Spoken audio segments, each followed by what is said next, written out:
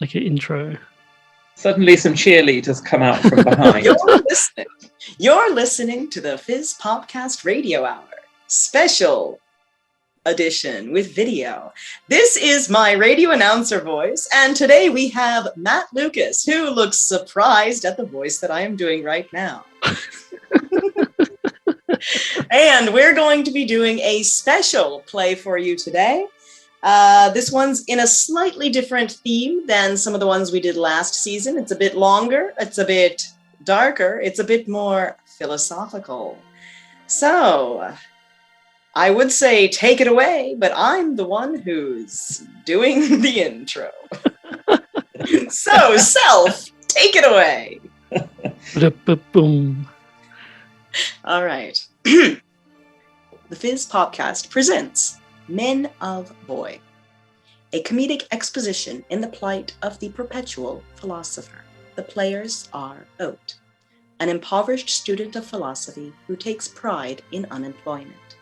Saturday Sedan, a charming student of philosophy who subsists entirely upon the funding of sponsors. Moon where possible, a capitalistic student of philosophy who survives on writing messages for greeting cards. The three non-speaking roles are the pub landlord, the guard, and a vagrant. The setting is a greasy public house with yellow waxed paper lining the windows and walls, papered with brittle, cracked advertisements layered upon each other, where blurry-eyed former dreamers spill their drinks and slur their words, alongside failed despots and disgraced physicists, who sit on precarious makeshift stools around formica-topped tables with rusty aluminum legs. The devices: old worn tomes with beechen covers, a barrel of cloudy warm ale, the scent of sweat, wet, and endless regret, a Victrola with a dull needle playing a record that always skips after 3 bars, a loaf of bread kept at a distance, one unreasonably large men's shoe, and a wasp. Moon where possible sits on an upturned apple crate, tapping a finger on the table. The tapping becomes more rhythmic, but does not match the repetitive melody from the Victrola. The pub is heavy with smoke and a foul odor. There is no past if none remember. Moonware pauses and picks up a short pencil and searches for a bit of paper. Oat enters. It will never sell. Ah, Oat. My mood was light considering my dark state, made no better by your interruption. I say only to save the pencil its work. These dreary, shallow epitaphs lamenting lost youth are passé, and you'd be better to jot down a salty limerick or a naughty rhyme than such drivel. Have you no soft edges? Were you honed with steel? The door opens, and Saturday Sedan enters with an air of confidence and stands over the other two, placing a hand on each of their shoulders. Our dear Oat, here is all edge and no hilts. Quick to the kill, but each remark serves to wound your good name as well, Oat. Oat, slouching over the table, signals for a glass. My name is not so good as to suffer injury. My dear fellows, have you been to university as of late? I've oft heard your name whispered in the halls, though Oat's name is more grumbled and growled, and Saturday's purred. I've not been since I was dismissed.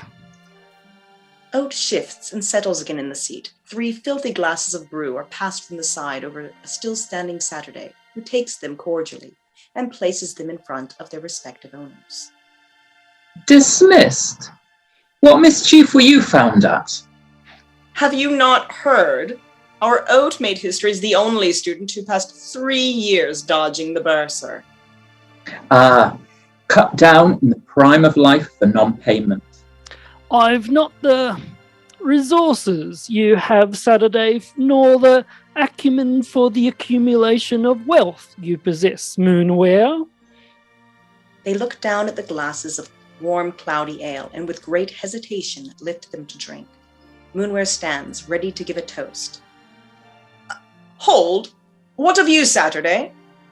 Why have I not seen your cheery face on the commons these past 3 months? Our oat has accidentally hit the target. I've been much absorbed in the study of ceilings of late. At the request of my resources, as they were so tactfully described. Saturday nods, and the toast is accepted. They drink in silence, save the skipping record. Oat eyes the bread hungrily. Moonware lifts the stack of tomes from some hidden place and places them with a weighty thud on the table, nearly toppling it, as well as their drinks. What's this? Planning to borrow the inspiration you innately lack?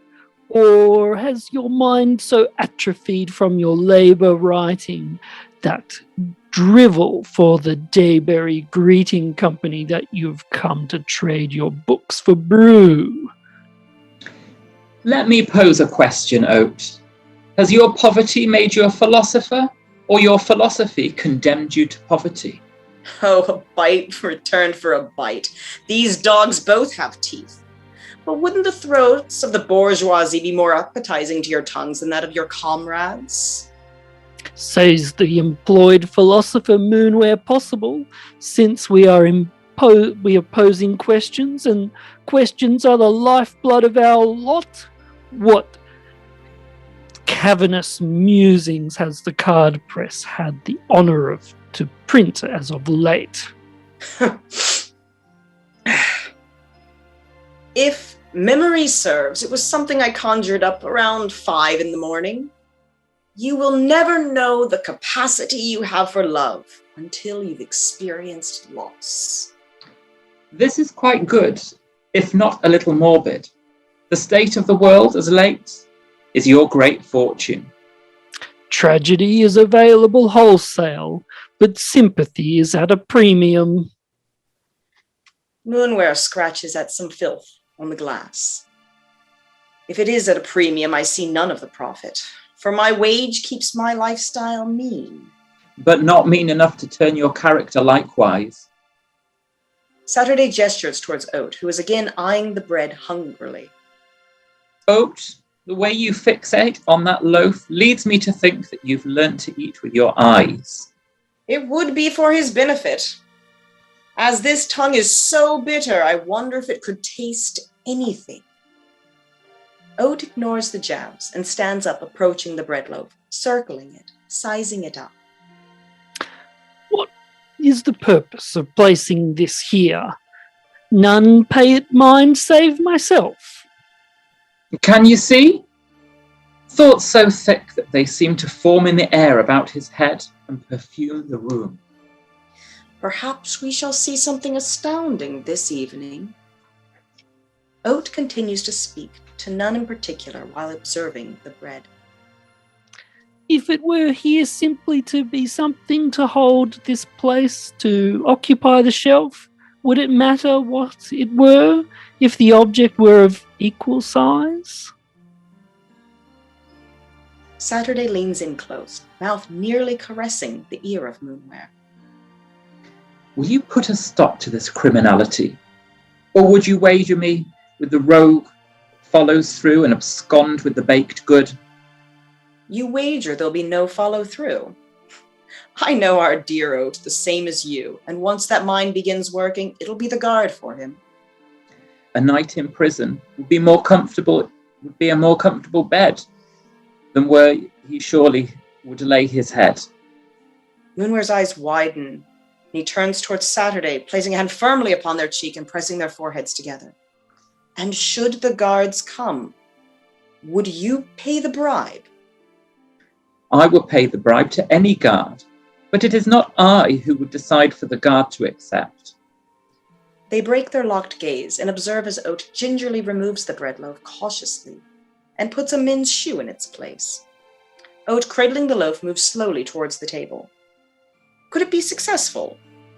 Was that loaf simply forgotten in that place? Oat returns to the table and tucks the loaf within the folds of his coat. The job is only half done. Now I must be the actor and finish this pantomime of the respectable patron before my role is finished. The three eye each other uncomfortably and moving closer around the table. After several moments, Oat sighs and sits up. Will you depart? The hour is still early, and may bring more notice than you desire. Yes, stay a while more, or at least dispose of that. I will give you the funds. Don't think of it as charity, for it was hardly earned. Oat stands and begins to walk quickly towards the exit, where his flight is stopped by the landlord and a guard. Moonware stands to intervene. The timing is wrong, and the risk too high.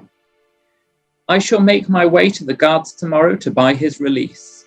For now, let us melt into shadow, lest we too are caught and ruin our chance. Moonware nods, and the lights lower. End part 1. Part 2. Part 2. Now Hamish will read all of the directions in part 2. That's right. Okay. That's right. So, what was the Bold and the Beautiful always say? In the place of Rebecca is now Hamish. I'm gonna switch to bright out. There we go, bright light now because we're outside. Yes. Okay. Switch my lighting. Okay. The setting. The guard's office. A plain grey facade streaked with soot and filth. The morning light is blinding and the air thin and still. In the distance, the din of the city can be heard juxtaposing the emptiness of the ward. Bits of torn leaflets and empty bottles litter the streets. To the side, a vagrant sleeps against a rusted signboard. Moonware and Saturday enter from the right with a rushed, anxious gait. As they reach the door, Saturday grasps the arm of Moonware with a desperate intensity. Stay, dear Moon. I will go ahead and make quick work of the matter. My purse is full, and even if it should take full weight of it, I will not return without our Oat.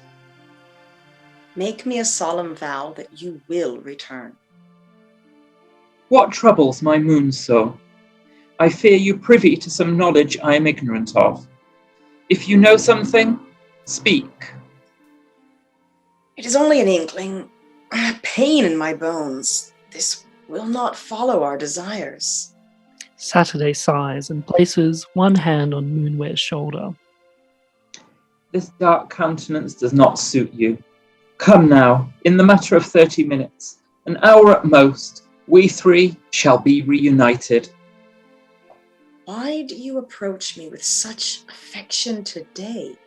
That sweet voice and soft smile, I am not so easily fooled as one of your patrons.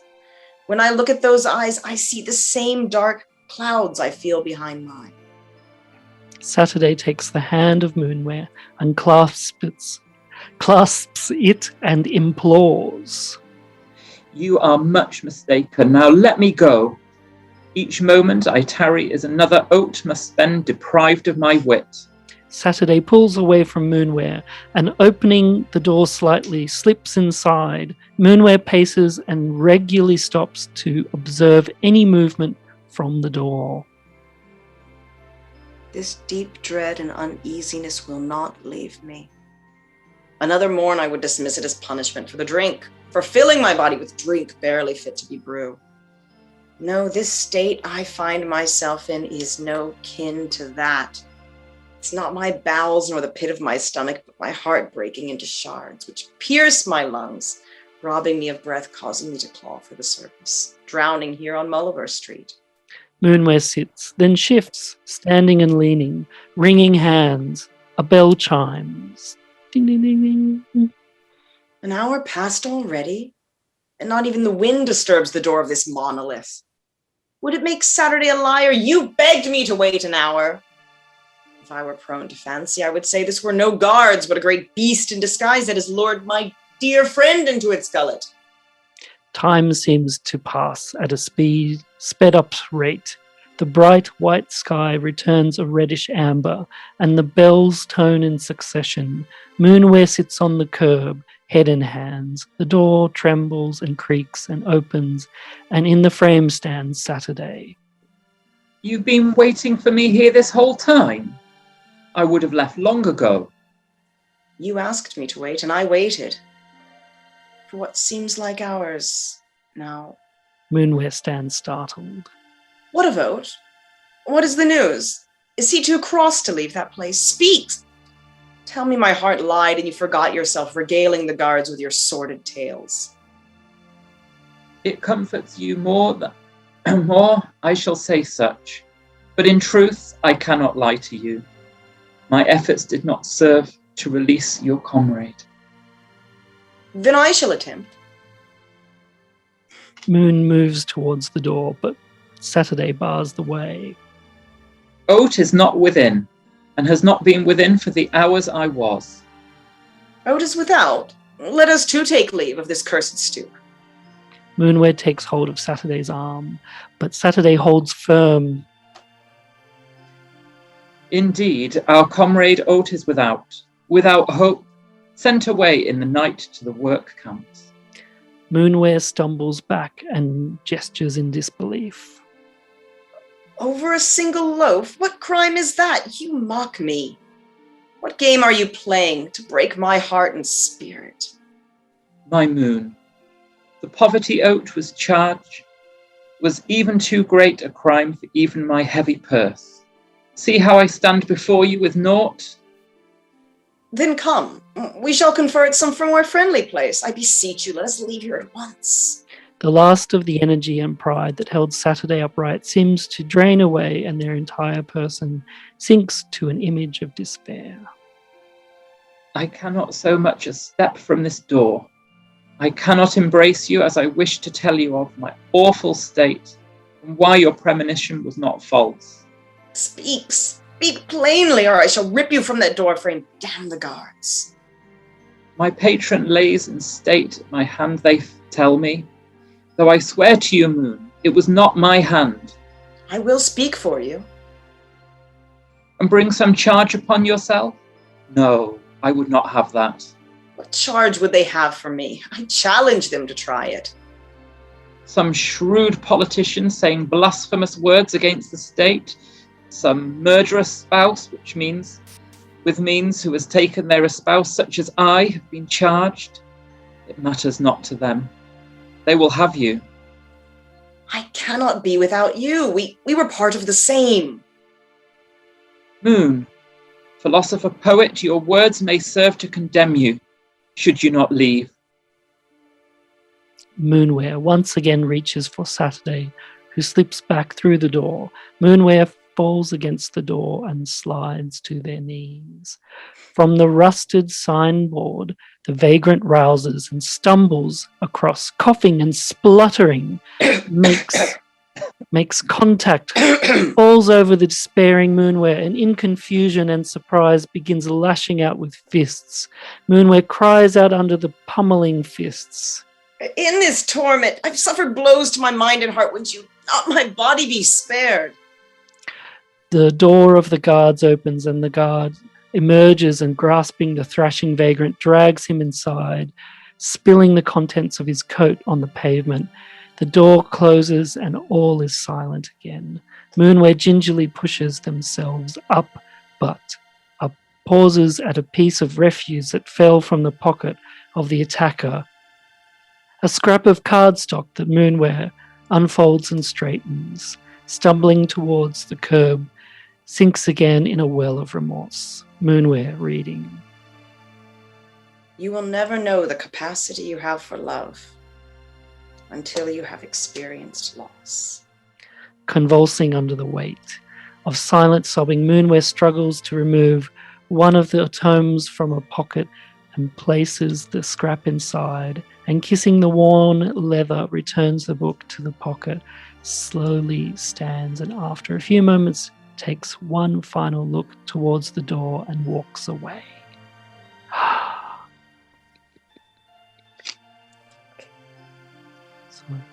And thus ends part 2. Thus end part 2.